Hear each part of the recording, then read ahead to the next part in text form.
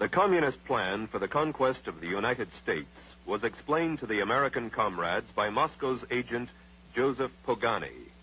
Pogany was sent to this country by Stalin for the specific purpose of laying the groundwork for the agitation that would eventually develop into a Negro revolutionary movement. American Negro Problems was published in 1928 by Joseph Pogany using the alias John Pepper, and carried the official communist line for America. The Workers' Communist Party of America, in its fight against imperialism, must recognize clearly the tremendous revolutionary possibilities of the liberation movement of the Negro people. The Black Belt of the South, with its starving and pauperized Negro farmers and Negro agricultural working masses, with its Jim Crowism, its semi-feudal status, and its political system still bearing the earmarks of the period of slavery, constitutes virtually a colony within the body of the United States of America. The Workers' Communist Party of America puts forward correctly as its central slogan, abolition of the whole system of race discrimination, full racial, social, and political equality for the Negro people. But it is necessary to supplement the struggle for the full racial, social, and political equality of the Negroes with a struggle for their right of national self-determination. Self-determination means the right to establish their own state, to erect their own government if they choose to do so. The Negro communists should emphasize in their propaganda the establishment of a Negro Soviet Republic. In 1934, the communist writers James W. Ford and James S. Allen further defined the Soviet Negro Republic. The actual extent of this new republic would in all probability be approximately the present area in which the Negroes constitute the majority of the population. In other words, it would be approximately the present plantation area. It would be certain to include such cities as Richmond and Norfolk, Virginia, Columbia and Charleston, South Carolina, Atlanta, Augusta, Savannah, and Macon, Georgia, Montgomery, Alabama, New Orleans and Shreveport, Louisiana, Little Rock, Arkansas, and Memphis, Tennessee. These cities, and the cities which lie within their spheres of influence, became known in communist writings as the Black Belt of the South, and were to constitute the nucleus of a future Soviet republic.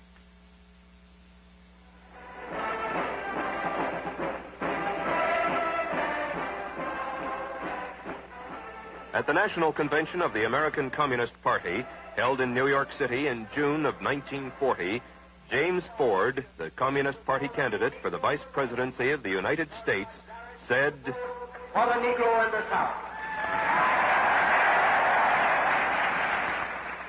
my people, the Negro people of America, have in the Communist Party their best defender, the unfailing champion of their cause. I accept this nomination for Vice President of the United States."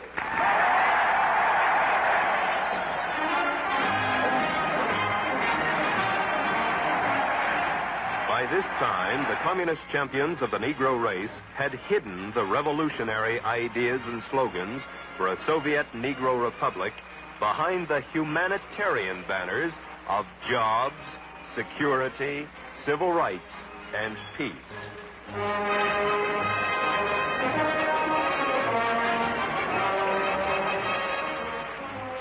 These humanistic issues were to provide the friction necessary to divide the American people and lay the groundwork for revolution.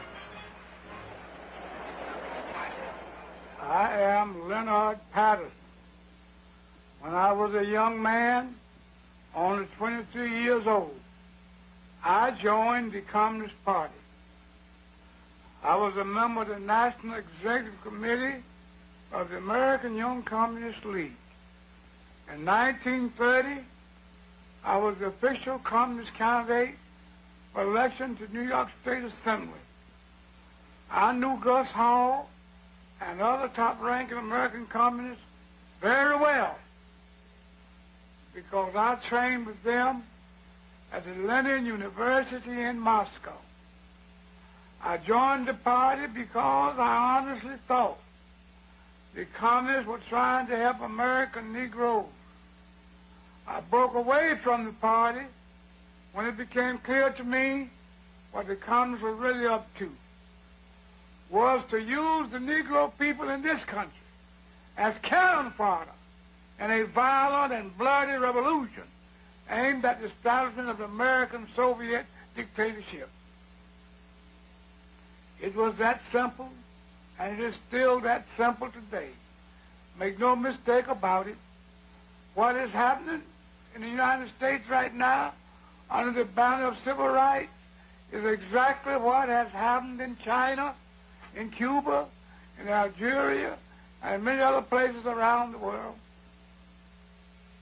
I'm Julia Brown. For 9 years, I was a member of the Communist Party, serving as an undercover agent for the FBI.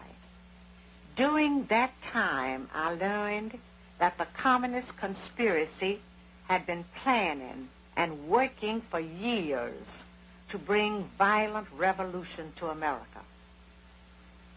It was to be a communist revolution, but the great majority of the American people would not be allowed to realize that until it had already happened. If all goes according to the communist blueprint, Americans will believe that the chaos and violence has something to do with civil rights. Our enemies were quick to find our weakest point for their attack. They knew that racial differences could provide them with an excellent wedge to divide our people. Their strategy simply has been to keep hammering on that wedge, to drive it deeper into our social structure, to open all wounds that have long since healed, and deliberately to create new ones wherever they can.